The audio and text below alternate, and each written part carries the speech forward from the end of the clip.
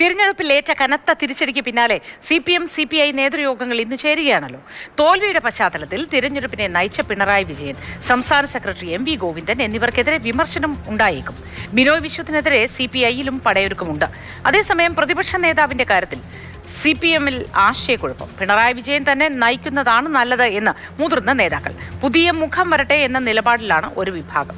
AK സ്റ്റെഫിനുണ്ട് വിവരങ്ങളുമായി. Stephin, good morning. CPM CPI നേതൃയോഗങ്ങളൊക്കെ നടക്കുകയാണ്. വലിയ വിമർശനങ്ങൾ ഉയരുമെന്ന കാര്യത്തിൽ സംശയം വേണ്ട. എങ്കിലും ഏത് പരിധിവരെ ആയിരിക്കും ഈ വിമർശനം ഉന്നയിക്കപ്പെടാൻ സാധ്യത? അങ്ങനെ വളരെ തുറന്ന് വിമർശനങ്ങൾ ഉന്നയിക്കാൻ ഇതിനോടകം പാർട്ടിയിൽ കഴിഞ്ഞിരുന്നു എങ്കിൽ ആ വിമർശനങ്ങളെ ശിരസാ വഹിക്കുകയും അതിൽ മാറ്റം വരുത്താൻ ശ്രമിക്കുകയും ചെയ്തിരുന്നു എങ്കിൽ ഇനി തോൽവി ഉണ്ടാവില്ലായിരുന്നു. അങ്ങനെ ഒരു കാര്യം കൂടിയുണ്ട്. പിന്നെ പ്രതിപക്ഷ നേതാവിന്റെ കാര്യത്തിൽ മുഖ്യമന്ത്രി ആയിരിക്കും, ഈ മുൻ മുഖ്യമന്ത്രി പിണറായി വിജയൻ തന്നെ ആയിരിക്കുമോ എന്നതുകൂടി ഒരു ചോദ്യമായി വരുന്നതാണ്. എന്താണ് വിശദവിവരങ്ങൾ? മൂത്തി, സംസ്ഥാന സമ്മേളനത്തിലും അതോടൊപ്പം തന്നെ ജില്ലാ സമ്മേളനങ്ങളുമെല്ലാം അന്ന് വലിയ തരത്തിലുള്ള വിമർശനങ്ങൾ സർക്കാരിനെതിരെയും മുഖ്യമന്ത്രിക്കെതിരെയും പാർട്ടി സെക്രട്ടറിക്കെതിരെയും എല്ലാം ഉയർന്നതാണ്. അന്ന് വേണ്ടുന്ന തിരുത്തൽ വരുത്തിയില്ല. അതിന് പിന്നാലെ നമ്മൾ കണ്ടു ചരിത്രത്തിലെ ഏറ്റവും വലിയ തോൽവിയിലേക്ക്, അധപ്പതനത്തിലേക്ക് CPM എത്തുന്ന കാഴ്ച. CPM-ന് ഒപ്പം നിന്ന ഒരു പിടി നേതാക്കൾ ഇന്ന് UDF-നൊപ്പം നിന്ന് അവിടെ മത്സരിച്ച് ജയിച്ച സ്ഥിതിയുമുണ്ട്. ഇതെല്ലാം ഇനിയെങ്കിലും നല്ല രീതിയിൽ ചിന്തിക്കേണ്ട ഒരു അവസ്ഥയാണ് CPM-നെ സംബന്ധിച്ചിടത്തോളം. ഇനി നടക്കുന്ന സംസ്ഥാന സെക്രട്ടേറിയറ്റ് യോഗത്തിലും അതോടൊപ്പം തന്നെ വരുന്ന നേതൃയോഗങ്ങളിലുമെല്ലാം ഇതടക്കമുള്ള വിഷയങ്ങൾ ചർച്ചയാകും. തിരുത്തലുകൾ മുന്നോട്ട് വരും എന്നുള്ളതാണ് മനസ്സിലാക്കാൻ കഴിയുന്നത്.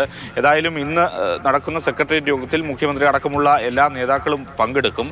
അതിൽ എന്ത് തരത്തിലുള്ള തിരുത്തൽ മാർഗരേഖകൾ മുന്നോട്ട് വയ്ക്കുമെന്നുള്ളതാണ് കണ്ടറിയേണ്ടത്. കാരണം അത്രയധികം ദയനീയമായ അവസ്ഥയിലാണ് ഇന്ന് CPM എത്തി നിൽക്കുന്നത്. പരസ്യമായ പ്രതിഷേധം മുഖ്യമന്ത്രിക്കും അതോടൊപ്പം സംസ്ഥാന സെക്രട്ടറിയായുള്ള MV ഗോവിന്ദനുമെതിരെ പരസ്യമായി തന്നെ ഉയരുന്നുണ്ട്. പലതരത്തിലുള്ള പ്രതികരണങ്ങൾ സമൂഹ മാധ്യമങ്ങളിൽ അടക്കം ഉയർന്നു വരുന്നുണ്ട്. അതുകൊണ്ട് തന്നെ ഇനി എന്ത് നിലപാട് അക്കാര്യത്തിലൊക്കെ സ്വീകരിക്കുമെന്നുള്ളത് ഇന്നത്തെ യോഗത്തിന് ശേഷം അറിയാം. ഒപ്പം തന്നെ CPI-യെ സംബന്ധിച്ചിടത്തോളം വലിയ വിമർശനങ്ങൾ ഉയർന്നു വരികയാണ്. സ്ഥാനാർത്ഥി നിർണയത്തിൽ പല മണ്ഡലങ്ങളിലും പാളിപ്പോയി എന്നൊരു വിലയിരുത്തലാണ് ഇപ്പോൾ ഉണ്ടായിരിക്കുന്നത്. പ്രത്യേകിച്ചും നാദാപുരവും അല്ലെങ്കിൽ കയ്യിലിരുന്ന ഒരുപാട് മണ്ഡലങ്ങൾ, ചാത്തന്നൂർ അടക്കമുള്ള മണ്ഡലങ്ങളിൽ വലിയ തിരിച്ചടിയാണ് CPI-യെ സംബന്ധിച്ചിടത്തോളം ഉണ്ടായത്. അവരുടെ കോട്ട എന്ന് പറയാൻ പറ്റുന്ന മണ്ഡലങ്ങളിൽ തന്നെ വലിയ പ്രതിസന്ധി, തിരിച്ചടി ഉണ്ടായിരിക്കുന്നു. അതുകൊണ്ട് തന്നെ അതെല്ലാം CPI-യുടെ നേതൃയോഗത്തിലും ഇന്ന് ചർച്ചയാകും. ഒപ്പം തന്നെ ഈ സ്ഥാനാർത്ഥി നിർണയവുമായി ബന്ധപ്പെട്ട് സംസ്ഥാന സെക്രട്ടറിയായുള്ള ബിനോയ് വിശ്വത്തിനെതിരെയും കടുത്ത വിമർശനങ്ങൾ ഇതിനോടകം തന്നെ ഉയർന്നു വന്നു കഴിഞ്ഞു. ഇന്ന് ഒരു പടി കൂടി അത് കടക്കാനുള്ള സാധ്യതയാണ് എന്തായാലും നമ്മൾ മുന്നിൽ കാണുന്നത്. ഇനി പ്രതിപക്ഷ നേതാവ് ആരാണ് എന്നുള്ളതാണ് അറിയേണ്ടത്. അതാണ് ഉയരുന്ന ഏറ്റവും പ്രധാനപ്പെട്ട ചോദ്യം.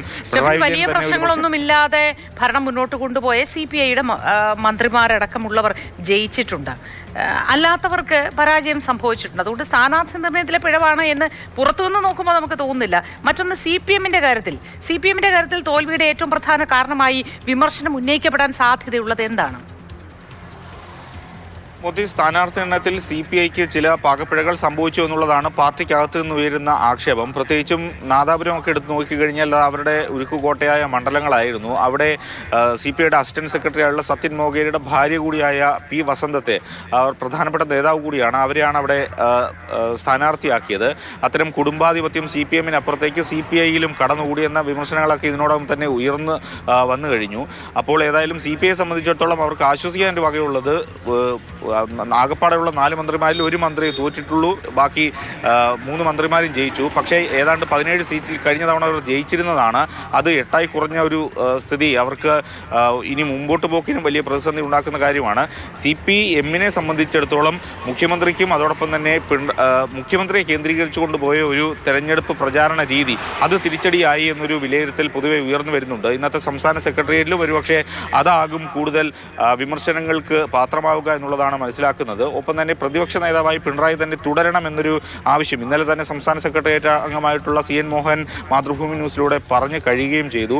അല്ലെങ്കിൽ മാറി നിൽക്കുകയാണെങ്കിൽ വലിയ തരത്തിലുള്ള വിമർശനം, തെരഞ്ഞെടുപ്പ് തിരിച്ചടി മറികടക്കുന്നതിന് വേണ്ടി കഴിയുന്നില്ല, അല്ലെങ്കിൽ തെരഞ്ഞെടുപ്പ് തിരിച്ചടിക്ക് ശേഷം മാറി നിൽക്കുകയാണെങ്കിൽ അത് രാഷ്ട്രീയപരമായി കൂടി ചോദ്യം ചെയ്യപ്പെടും.